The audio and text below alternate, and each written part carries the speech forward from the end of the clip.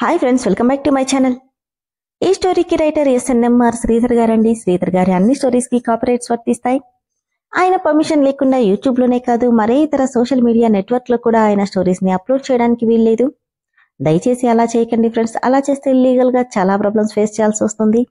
అలానే ఈ స్టోరీస్ చదువుతున్న వాళ్ళైనా వింటున్న వాళ్ళైనా మీరు మరే ఛానల్లోనైనా శ్రీధర్ గారి స్టోరీస్ని చూసినట్లయితే వెంటనే నాకు కామెంట్ బాక్స్లో మెసేజ్ చేయండి. ఇది పూర్తిగా శ్రీధర్ గారి ఛానల్ అండి. కేవలం ఆయన స్టోరీస్ మాత్రమే ఇందులో ఉంటాయి. కానీ కొంతమంది పేర్లు మార్చి వేరే ఛానల్స్లో ఆయన స్టోరీస్ని అప్లోడ్ చేస్తున్నారు. మీరు గనక అలా చూసినట్లయితే నాకు మెసేజ్ చేయండి. ఇక లేట్ చేయకుండా వీడియోలోకి వెళ్ళిపోదాం ఫ్రెండ్స్. ఎస్ఎన్ఎంఆర్ శ్రీధర్ గారు రాసినటువంటి ఈ రాధాకృష్ణ అర్పణం 143వ భాగం. హలో పెద్దనాన్న, ఎలా ఉన్నారు అని సరయు రాజగోపాల్కి కాల్ చేసి అడిగితే, బాగున్నామమ్మా, నువ్వెలా ఉన్నావు, బిజినెస్ ఎలా ఉంది, ఇంకా ఏమైనా ఇబ్బందిగా అంటుండగానే నవ్వుతూ, లేదు పెదనాన్న, కొద్దిగా అలవాటైపోయింది, అంత ఇబ్బంది ఏం అనిపించట్లేదు. అయినా డౌట్స్ అన్నీ అన్నయ్యకి కాల్ చేసి అడుగుతున్నాను. అవును డాడీ, అరగంటకోసారి ఫోన్ చేసి తల తినేస్తుంది అంటూ పక్కనే ఉన్న సుధీర్ చెప్పడంతో, చూడు పెదనాన్న, అన్నయ్య ఎలా అంటున్నాడో అని గోముగా అంది సరయు. వాడి మాటలకేం లే తల్లి, నీకేదైనా డౌట్ ఉంటే ఏ క్షణంలో అయినా నాకు కాల్ చేయి. వాడికంటే బాగా ఎక్స్ప్లెయిన్ చేసే డ్యూటీ నాది. థ్యాంక్ యూ పెదనాన్న, నువ్వు చాలా పంచివాడివి. కానీ అన్నయ్య మాత్రం అంటూ పళ్ళు నూరుతుంటే, రాక్షసి, ఇన్ని రోజులుగా నేనే కదే నీకు ప్రతి ఒక్కటి ఎలా చేయాలో చెప్పాను. ఈ ఒక్కదానికే నేను చెడ్డవాణ్ణైపోయానా అని సుధీర్ అంటే, నవ్వుతూ, కాదులే అన్నయ్య, నువ్వు చాలా మంచివాడివి. ఆ విషయం నాకు జస్ట్ ఇందాకే తెలిసింది. ఇప్పుడు తెలియడం ఏంటమ్మా అని పక్కనే ఉన్న జానకి అడిగింది. అవును పెద్దమ్మా, మన బంగారం గురించి మనకు తెలియదు కానీ పక్కన వాళ్ళు బాగా చెప్తారు. అలానే అన్నయ్య గురించి నాకంటే నా కాబోయే ఆడపడుచు కరెక్ట్గా చెప్తుంది అనగానే గతుక్కుమని చేతిలో ఉన్న పాప్కార్న్ ప్యాకెట్ని కిందకి వదిలేశాడు సుధీర్. మీ ఆడపడుచా? ఎవరి గురించి నువ్వు చెప్పేది? అదే పెద్దమ్మా, సంజయ్ చెల్లెలు సవిత. సవితకి మంచివాడిని చెప్పిందా? కానీ వాళ్ళిద్దరికీ ఎప్పుడమ్మా పరిచయం అని రాజగోపాల్ అడిగాడు. పరిచయమా అంటూ సుధీర్ వైపు చూసిన సరయుకి ప్లీజ్ ప్లీజ్ వద్దన్నట్టు చేతులు జోడిస్తూ సైగలతో వేడుకుంటున్న సుధీర్ని చూసి నవ్వుకొని, అదేం లేదులే పెదనాన్న, ఒకసారి నాకు కాల్ చేస్తే అన్నయ్య మాట్లాడాడు. తనెవరో తెలియక కాస్త గట్టిగా మాట్లాడిందట, కానీ చాలా కూల్గా మాట్లాడాడని అన్నయ్య గురించి చెప్తుంది అనగానే, అమ్మయ్యా అంటూ ఊపిరి తీసుకున్నాడు సుధీర్. ఓ అదా, నేనింకా ఏదో అనుకున్నా అంటూ కాసేపు మాట్లాడి ఫోన్ పెట్టేశారు వాళ్ళు. డాడీ, నాకొచ్చి వర్క్ ఉంది, చేసుకుంటాను అంటూ తన రూంలోకి వెళ్లిన సుధీర్ ఇమ్మీడియట్గా సరయుకి కాల్ చేశాడు. ఏంట్రా అన్నయ్య, ఇప్పుడేగా మాట్లాడావు, అప్పుడే చేశావేంటి అంటే, అది సవిత గురించి నీకెవరు చెప్పారు? ఎవరో ఎందుకు చెప్తారు, తనే చెప్పింది. ఏంటి? హా, నువ్వెంత మంచివాడువో, తనతో ఎప్పుడు మాట్లాడతావో, ఎలా చాటింగ్ చేస్తావో అన్నీ విడమర్చి చెప్పింది అనగానే తల కుట్టుకున్నాడు సంజయ్. ఏంట్రా సౌండ్ లేదు? నువ్వనుకునేలా ఏం లేదే. కబుర్లాపి పాయింట్కి రా. అంటే సరు, తనంటే నాకు నిజంగానే ఇష్టం. కాకపోతే నా ఫీలింగ్స్ ఏవి తనకింతవరకు చెప్పలేదు. జస్ట్ ఫ్రెండ్లీగా మాట్లాడతాం అంతే. అంటే నువ్వు ప్రేమిస్తున్న విషయం ఇంతవరకు తనకి తెలీదా? లేదే బాబు, ఎంతసేపు ఉన్నా గలగలమంటూ మాట్లాడుతుందే తప్ప నా ఫీలింగ్స్ని ఆ పిల్ల ఏ రోజు క్యాచ్ చేయలేదు. ఎలారా, మనిషిని చూడకుండా ప్రేమించేశావు? కొంపదీసి వీడియో కాల్స్ గాని చేసుకుంటున్నారా? లేదులే, ఇంకా అంతవరకు రాలేదు. జస్ట్ ఫ్రెండ్షిప్ వరకు మాత్రమే మాటలు సాగుతున్నాయి. ఫేస్బుక్లో తన ఫొటోస్ చూశాను. గుడ్, మరి నీ లవ్ సంగతి ఎప్పుడు చెప్తున్నావు?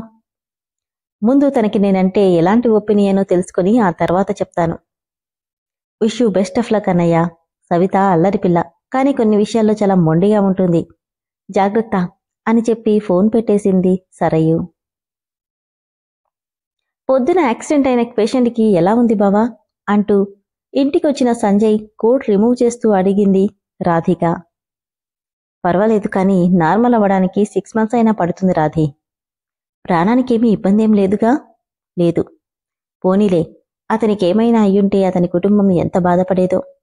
నువ్వెళ్ళి స్నానం చెయ్యి బావా అనడంతో వేడివేడి నీళ్లతో అరగంట పాటు అలసటంతా తీరేలా స్నానం చేసిన సంజయ్కి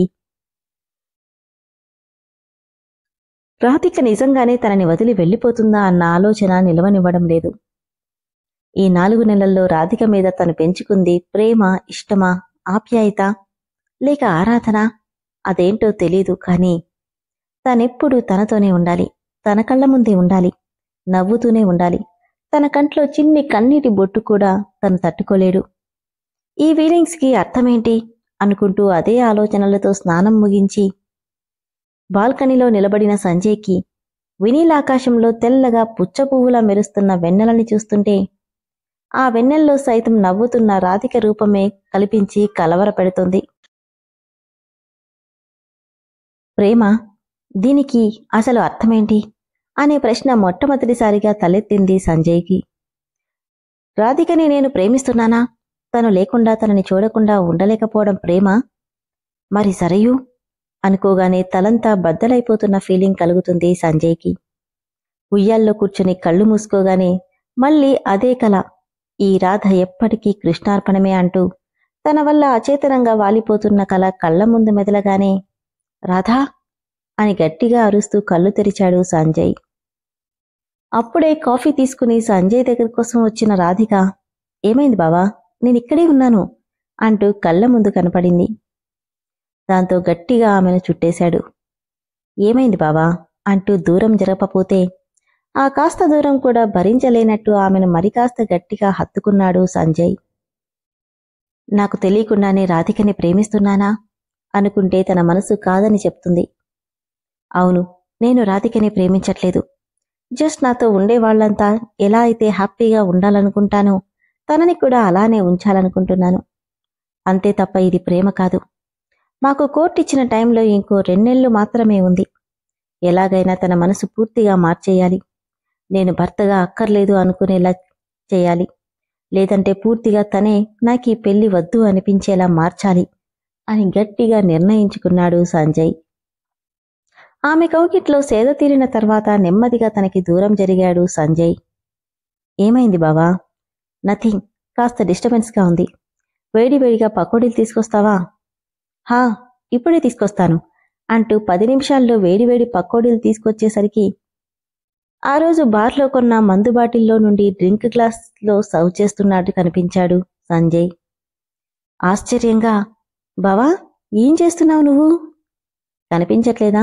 కొంచెం డిస్టర్బ్గా ఉంది, అందుకే మందు కొడుతున్నా. ఏంటి బావా, నిజంగానే తాగుతావా? అంత డబ్బు పెట్టి కాస్ట్లీ బాటిల్ తెస్తే నిజంగానా అంటావేంటి? ఈరోజు నైట్కి డిన్నర్ ఏమొద్దు, ఆమ్లెట్ వేయి అంటే నోరు తెరుచుకొని చూస్తుండిపోయింది రాధిక. ఆ రోటిని మూసేసి వెళ్ళి తీసుకురా అనడంతో అయోమయంగా కిచెన్లోకి వెళ్ళింది. తనొచ్చేసరికి బెడ్రూంలో బెడ్ మీద కూర్చుని ఒక చేత్తో సిగరెట్ స్మోక్ చేస్తూ డ్రింక్ చేస్తుంటే, బావా, హా వచ్చావా? పకోడీ తెచ్చావా? ఆ అంటూ అడుగులో అడిగేసుకుంటూ వస్తుంటే, ఏంటలా ఉన్నావు? నీకు డ్రింక్ చేసేవాళ్ళంటే నచ్చదా? లేదన్నట్టు తలూపింది. బట్ నేను స్ట్రెస్ ఫీల్ అయినప్పుడు డ్రింక్ చేయడం నాకు అలవాటు. ఇన్ని రోజులు నువ్వు ఫీల్ అవుతావేమో అని సైలెంట్గా ఉన్నాను. కానీ నువ్వు నేనేం చేసినా ఫీల్ అవ్వవని అర్థమయ్యాక నా పాత అలవాటు చేసుకోవడంలో తప్పేం లేదు కదా, అందుకే ఈరోజు నుండి మళ్ళీ మొదలుపెట్టా. నిజంగానే నీకీ అలవాటుందా బావా అని బాధగా అడిగింది రాధిక. సిగరెట్ స్మోక్ చేస్తూనే, నాకు స్మోకింగ్ అలవాటుందని నీకు తెలుసు కదా. హా, అలానే ఇది కూడా, దానికి మించే ఉంది. ఈ విషయం సరయు కూడా తెలుసు. ఇన్ఫ్యాక్ట్ అప్పుడప్పుడు తను కూడా కంపెనీ ఇచ్చేది అనగానే హా అంటూ నోరు తెరిచేసింది. డాక్టర్లైనంత మాత్రాన ఏ అలవాట్లు లేని వాళ్ళు ఉండరు రాధిక. వాళ్ళకు కూడా అన్ని ఎమోషన్స్ ఉంటాయి. నేనేం నువ్వనుకునేంత మంచివాణ్ణి కాదు. కాబట్టి నేను చెప్పినట్టు విన్నావంటే నీ లైఫ్ పువ్వుల బాట చేసే బాధ్యత నాది అంటుండగానే, నీకిష్టమైన ఏదైనా నాకు కూడా ఇష్టమే బావా అంటూ క్షణంలో గ్లాస్లో ఉన్న డ్రింక్ని మొత్తం పైకెత్తేసింది. ఏయ్, ఏం చేస్తున్నావే అంటుండగానే గ్లాస్ మొత్తం ఖాళీ చేసేసింది రాధిక. షట్, ఏం చేస్తున్నావు నువ్వు అంటూ గ్లాస్ లాక్కుంటే దగ్గుతూ వ్యాక్, ఘాటుగా ఉంది.